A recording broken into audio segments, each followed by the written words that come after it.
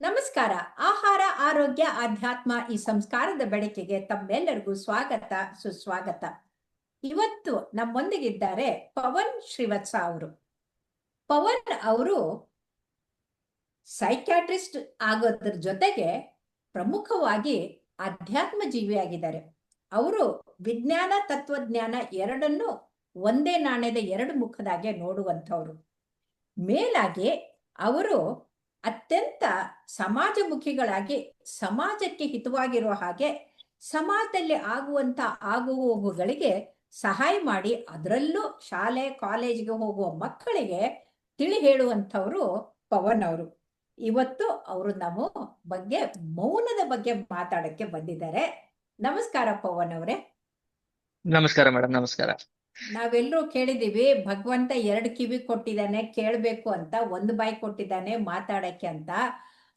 ಅದರಲ್ಲೂ ಹೇಳ್ತಾರೆ, ನಾನ್ ನೋಡಿ ಅಂತಂದ್ರೆ ಆ ಮಾತು ಬೆಳ್ಳಿ ಆದ್ರೆ ಮೌನ ಬಂಗಾರ ಅಂತ ಹೇಳ್ತಾರೆ. ಆದ್ರೆ ಮೌನ ಅಂತಂದ್ರೆ ಮಾತಾಡದೆ ಇರುವಂತ ಮೂಕನಾಗಿರೋದಲ್ಲ.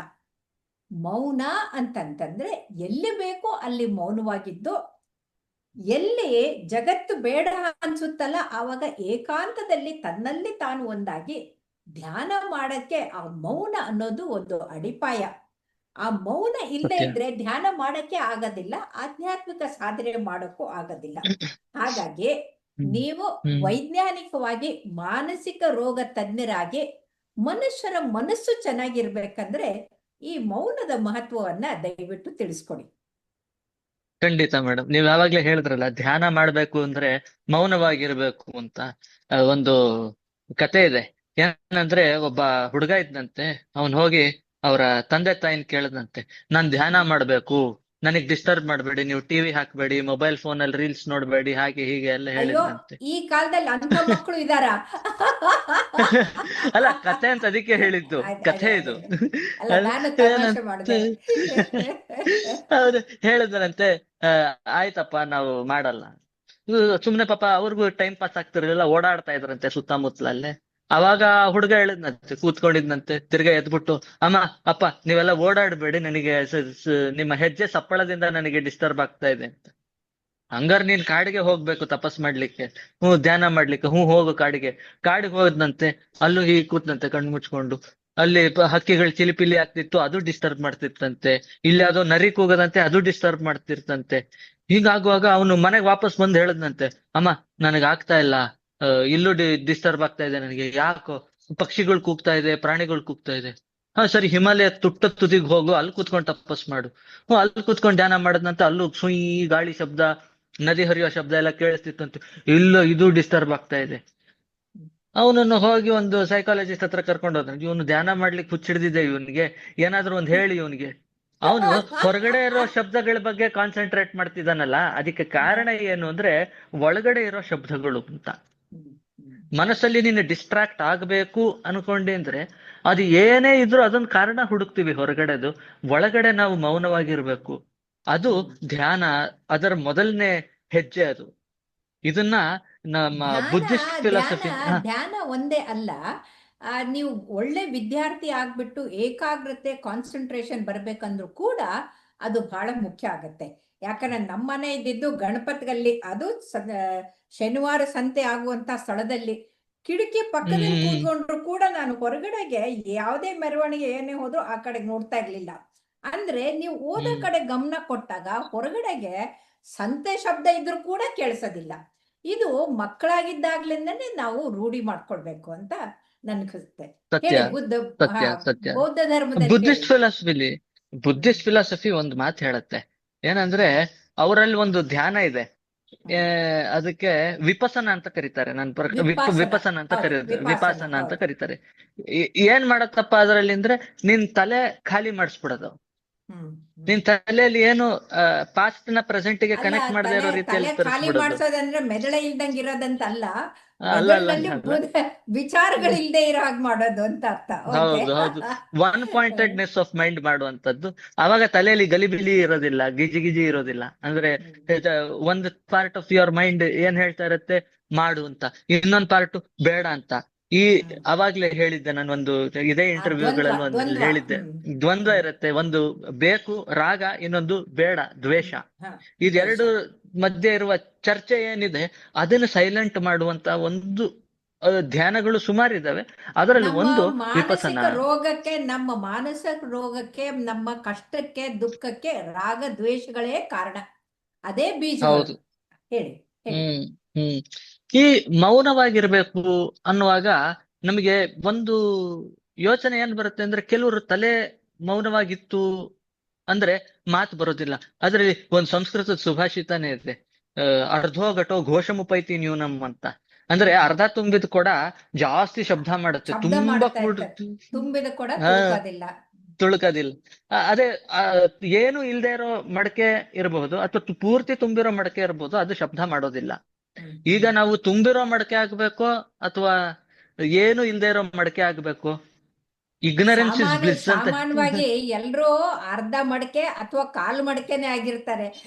ಅರ್ಧ ಮಡಕೆನೂ ಹೌದು. ಅಲ್ಲ, ಏನು, ಅಥವಾ ಬರೀ ಮಡಕೆನೂ ಇರ್ತಾರೆ. ಆದ್ರೆ ಹೌದು. ತುಂಬಿದ ಕೊಡ ಆಗೋದಿದೆಯಲ್ಲ, ಅದು ಒಂದು ತಪಸ್ಸು ಮಾಡಿದ ಹಾಗೆ ಅವರು ತಮ್ಮ ವ್ಯಕ್ತಿತ್ವವನ್ನು ಬೆಳೆಸ್ಕೊಳ್ಳಕ್ಕೆ ಅದು ಬೇಕಾಗುತ್ತೆ. ಯಾಕಂದ್ರೆ ಈ ಸತ್ಯ ಸತ್ಯ. ಮೌನವಾಗಿದ್ರೆ ಸೃಜನಶೀಲತೆ ಬರುತ್ತೆ, ಒಳ್ಳೆ ವಿಚಾರಗಳು ಹೌದು. ಬರುತ್ತೆ, ಮುಂದೆ ಏನ್ ಮಾತಾಡ್ಬೇಕು ಅನ್ನೋದು ಸರಿಯಾದ ಕಲ್ಪನೆ ಬರುತ್ತೆ. ಬಡ ಬಡ ಬಡ ಬಡ ಅಂತ ಮಾತಾಡ್ತಾ ಇದ್ರೆ ತಪ್ಪಾಗತ್ತೆ, ಇನ್ನೊಬ್ರಿಗೆ ಹಿಂಸೆನೂ ಹ್ಮ್ ಆಗ್ಬಹುದು, ತೊಂದರೆನೂ ಆಗ್ಬಹುದು. ಹೇಳಿ. ಸತ್ಯ ಸತ್ಯ. ಈ ಆ, ಪುರಂದರದಾಸರಿಗೆ ಒಂದ್ಸಲಿ ಅವರು ವ್ಯಾಸರಾಜರು ಒಂದು ಪರೀಕ್ಷೆಯನ್ನು ಕೊಡ್ತಾರೆ. ಎಲ್ಲ ಪಂಡಿತರು ಇರ್ತಾರೆ, ಎಲ್ರಿಗೂ ಹ್ಮ್ ಒಂದೊಂದು ಬಿಂದಿಗೆ ಕೊಡ್ತಾರೆ, ಒಂದು ಸಣ್ಣ ಹ್ಮ್ ಬಿಂದಿಗೆ ಹ್ಮ್ ಕೊಟ್ಬಿಟ್ಟು ಇದನ್ನೆಲ್ಲ ತೊಳ್ಕೊಂಡ್ ಬಂದ್ರಪ್ಪ, ಯಾರು ಹ್ಮ್ ತುಂಬಾ ಚೆನ್ನಾಗಿ ತೊಳಿತಾರೆ ಅವ್ರಿಗೊಂದು ಬಿರುದು ಕೊಡ್ತೇನೆ ನಾನು. ಹ್ಮ್ ಎಲ್ಲಾರು ಹುಣಸೆ ಹಣ್ಣಾಕಿ ಗಸ ಗಸ ಗಸ ಗಸ ತಿಕ್ತಾರೆ. ಹ್ಮ್ ಒಂದ್ ಗಂಟೆ ಹೊಡಿಯತ್ತೆ, ಎಲ್ರು ತಗೊಂಡ್ ಬಂದ್ ಕೊಡ್ತಾರೆ. ಆ, ಹೊರಗಡೆಯಿಂದ ನೋಡ್ಲಿಕ್ಕೆ ಎಲ್ಲಾರ್ದು ಚೊಂಬುಗಳು ಪಳ ಪಳ ಹೊಳಿತಾ ಇರುತ್ತೆ. ಹ್ಮ್. ಕನಕರದ್ದು ಒಳಗಡೆ ಮಾತ್ರ ತೊಳೆದಿರಲ್ಲ, ಒಳಗಡೆ ಒಳಗಡೆ ಪಳ ಪಳ ತೊಳೆದಿರಲ್ಲ, ತೊಳೆದಿರಲ್ಲ. ಒಳಗಡೆ ತೊಳ್ದಿರಲ್ಲ. ಈ ಕನಕದಾಸರು ಒಳಗಡೆ ಫಸ್ಟ್ ತೊಳಿತಾರೆ, ಆಮೇಲೆ ಹೊರಗಡೆ ತೊಳಿತಾರೆ. ಕೇಳ್ತಾರೆ ವ್ಯಾಸರಾಜರು, ಏನಪ್ಪಾ ಈ ತರ ತೊಳ್ದಿದ್ಯಾ ನೀನು ಅಂತ. ಬುದ್ಧಿ ಒಳಗಡೆ ನೋಡಿ. ಒಳಗಡೆ ನೋಡ್ತಾರೆ, ಪಳ ಪಳ ಹೊಳಿತಾ ಇರುತ್ತೆ. ಹ್ಮ್ ಅವರಿಗೆ ಬಿರುದನ್ನು ಕೊಡ್ತಾರೆ, ಅವರಿಗೆ ಸನ್ಮಾನವನ್ನ ಮಾಡ್ತಾರೆ. ಇವರೆಲ್ರಿಗೂ ಒಂದ್ ಸ್ವಲ್ಪ ಸಂಕುಚಿತ ಮನೋಭಾವ ಇದ್ದಂತಹ ಪರಿಸ್ಥಿತಿ. ಅಸೂಯೆ, ಅವರೆಲ್ರಿಗೂ ಬೇಸರ ಆಗುತ್ತೆ. ಹೊಟ್ಟೆ ಏನು ಕಿಚ್ಚು, ಹೊಟ್ಟೆ ಕಿಚ್ಚು. ಏನಕ್ಕೆ ಈ ತರ ಮಾಡ್ತಾ ಇದಾರೆ ಇವರೆಲ್ಲರೂ?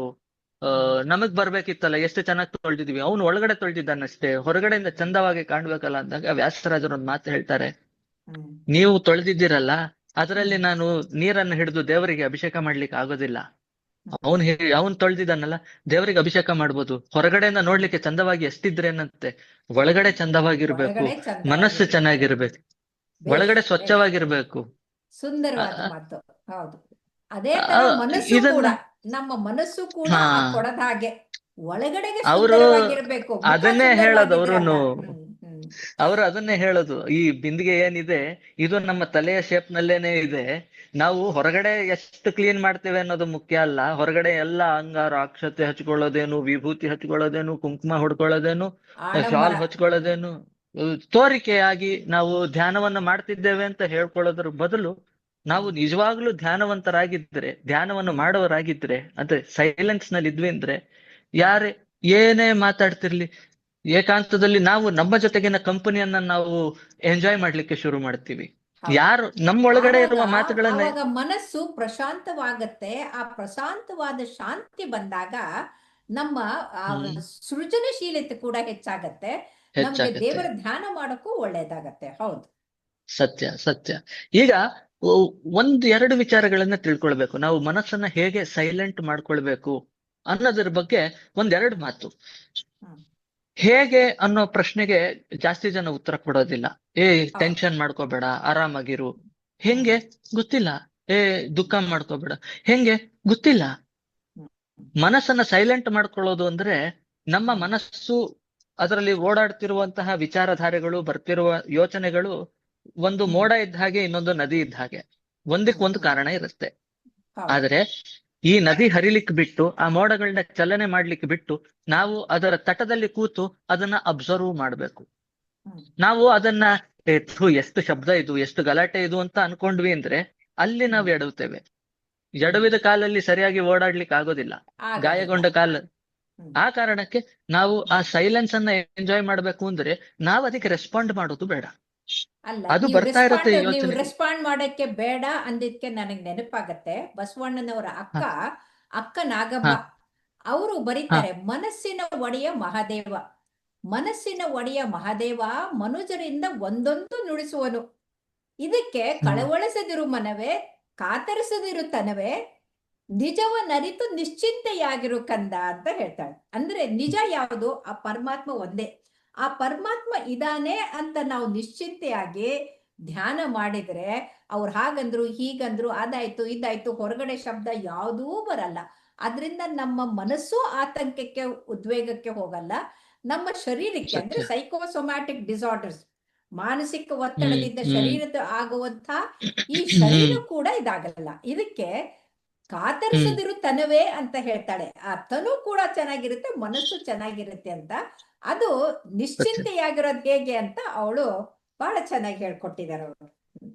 ಇದಕ್ಕೆ ಇನ್ನೊಂದು ದಾಸರ ಪದ ನೆನಪಾಗ್ತಿದೆ, ಏನು ತಲ್ಲಣಿಸದಿರು ಕಂಡ್ಯ ತಾಳು ಮನವೇ ಆ ಅಂತ ಒಂದು ಬರುತ್ತೆ. ಕರೆಕ್ಟ್ ಕರೆಕ್ಟ್ ಕರೆಕ್ಟ್ ಕರೆಕ್ಟ್, ಗಟ್ಟಿಯಾಗಿ ಸರಿ ಸರಿ. ಸಲಹುವನು ಇದಕ್ಕೆ ಸಂಶಯವಿಲ್ಲ, ತಲ್ಲಣಿಸದಿರು ಕಂಡ್ಯ ತಾಳು ಮನವೇ. ಬೆಟ್ಟದ ತುದಿಯಲ್ಲಿ ಹುಟ್ಟಿರುವ ವೃಕ್ಷಕ್ಕೆ ಕಟ್ಟೆಯನ್ನು ಕಟ್ಟಿ ನೀರೆರೆದವರು ಯಾರು? ಹುಟ್ಟಿಸಿದ ಯಾರು? ಸ್ವಾಮಿತ ಹೌದು. ಹೊಣೆಗಾರನಾಗಿರಲು ಗಟ್ಟಿಯಾಗಿ ಸಲಹುವನು ಇದಕ್ಕೆ ಸಂಶಯವಿಲ್ಲ. ಅವನ್ ಇಲ್ಲ ನೋಡ್ಕೋತಾನೆ, ಇಲ್ಲ. ಏನಕ್ಕೆ ಚಿಂತೆ ಮಾಡ್ತೀಯ? ಅವಾಗ ಏನಾಗತ್ತೆ, ಮನಸ್ಸು ಸೈಲೆಂಟ್ ಆಗತ್ತೆ. ಈ ಸೈಲೆನ್ಸ್ ಆಗ್ಬೇಕು ಅಂದ್ರೆ ನಾವು ಏನ್ ಆಗ್ತಿದೆ ಅದನ್ನ ಕರೆಕ್ಟ್ ಆಗಿ ನೋಡ್ಬೇಕು. ಭಗವದ್ಗೀತೆಯಲ್ಲಿ ಕೂಡ ಕೃಷ್ಣ ಅದನ್ನೇ ಹೇಳಿದ್ದು ಹೌದು ಹೌದು ಹೌದು. ಅರ್ಜುನನ್ಗೆ. ನೀವು ನಾವು ಬೆಟ್ಟದ ಏನ್ ಮೇಲೆ, ಅದು ಬೆಟ್ಟದ ತುದಿ ಮೇಲೆ ಅಂತ ಹೇಳಿದ್ರಲ್ಲ, ಅದಕ್ಕೆ ನೆನಪಾಯ್ತು. ಮೊನ್ನೆ ನಾನು ಚಂದ್ರದ್ರೋಣ ಪರ್ವತಕ್ಕೆ ಹೋದಾಗ ಹಾ ಇಡೀ ಹಾ ಪರ್ವತ ಹಾ ಶ್ರೇಣಿಯಲ್ಲಿ ಒಂದೇ ಒಂದು ಔದುಂಬರ ಮರ ಇದೆ. ಅಲ್ಲಿ ಹ್ಮ್ ಸತಿ ಅನಸೂಯ ಮತ್ತೆ ದತ್ತಾತ್ರೇಯ ಧ್ಯಾನ ಮಾಡಿದ್ದು. ದತ್ತಾತ್ರೇಯ. ಇನ್ನು ಹೌದು ಎಲ್ಲೂ ಮರಗಳಿಲ್ಲ, ಅದು ಒಂದೇ ವಿಶಾಲವಾದ ಮರ, 5,000 ಹೌದು ವರ್ಷದಂತೆ. ಸೊ ಹಾಗಾಗಿ ಹೌದು. ಆ ಪರಮಾತ್ಮ ನೆಲೆಸದಲ್ಲಿ ಆ ಮರಗಳು ಕೂಡ ಚೆನ್ನಾಗಿರುತ್ತೆ ಅನ್ನೋಕ್ಕೆ ಉದಾಹರಣೆ ಇದು. ಸತ್ಯ ಸತ್ಯ ಸತ್ಯ. ಹ್ಮ್. ಈ- ಈಗ ಇನ್ನೊಂದು ವಿಚಾರ ಏನಪ್ಪಾ ಅಂದ್ರೆ, ಹೇಗೆ ಈ ಮನಸ್ಸನ್ನ ಸೈಲೆಂಟ್ ಆಗಿ ಇಟ್ಕೊಳ್ಳೋದು ಅನ್ನೋದು ಒಂದು ಹ್ಮ್. ಗೋ ವಿತ್ ದ ಫ್ಲೋ ಅನ್ನೋ ರೀತಿಯಲ್ಲಿ ಮುಂಚಿನ ಹ್ಮ್. ಮಾತೊಂದನ್ನು ಹೇಳಿದ್ದು. ಹ್ಮ್. ಏನು, ಆ ಯೋಚನೆಗಳು ಬರ್ತಾ ಇರತ್ತೆ, ಅದನ್ನ ಹೋಗ್ಲಿಕ್ಕೆ ಅದ್ರ ಜೊತೆಗೆ ಬಿಟ್ಬಿಡ್ಬೇಕು. ಹೋಗ್ಬೇಕು ಅಂತ. ಆಯ್ತು.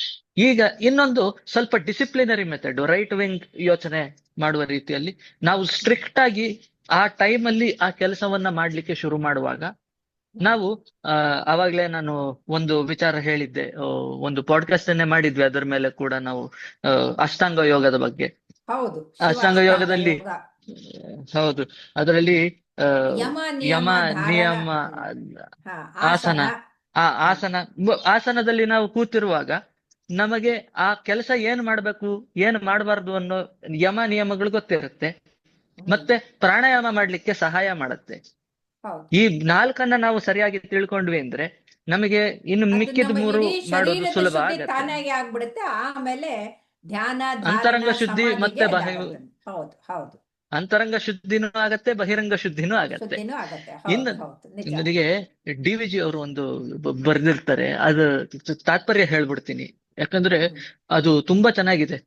ಇದು ಸೂರ್ಯ ಬೆಳಕು ಕೊಡ್ತಿದ್ದಾನೆ, ಚಂದ್ರ ಬೆಳಕು ಕೊಡ್ತಿದ್ದಾನೆ, ಅದರದೊಂದು ಶಬ್ದ ಮಾಡ್ತಾ ಇಲ್ಲ.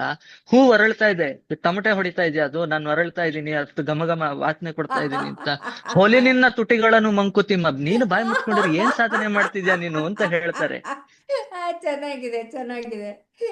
ಅವರು ಹೆಂಗೆ ಶಾಲಲ್ಲಿ ಸುತ್ತ ಹೊಡೆಯೋದು ಅಂತಾರಲ್ಲ, ಬೆತ್ತನ್ ಹೌದೌದು. ಶಾಲಲ್ಲಿ ಸುತ್ತ ಹೊಡಿತಾರೆ, ಹೊಡೆಸ್ಕೊಳ್ಳೋನಿಗೆ ಹೌದು. ಮಾತ್ರ ಗೊತ್ತಿರುತ್ತೆ ಅಂತ ಚಂದವಾದ ಮಾತು. ಅಲ್ಲ, ನಾವು ಬೇಕಾದಾಗ ಬೇಕಾದಾಗ ಮಾತಾಡ್ಲಿ, ಬೇಡವಾದಾಗ ವಿನಾಕಾರಣ ವಿತಂಡವಾದ ಮಾಡಿ ಮಾತಾಡೋದಿದೆಲ್ಲ ಅದು ಅದು ಇರಬಾರ್ದು. ನುಡಿದರೆ ಮುತ್ತಿನ ನುಡಿದನೆ ಹಾರದಂತೆ ಮುತ್ತಿನ ಇರಬೇಕು, ಹಾರದಂತೆ ಹಾರದಂತಿರಬೇಕು, ಇರಬೇಕು. ಅಷ್ಟೇ.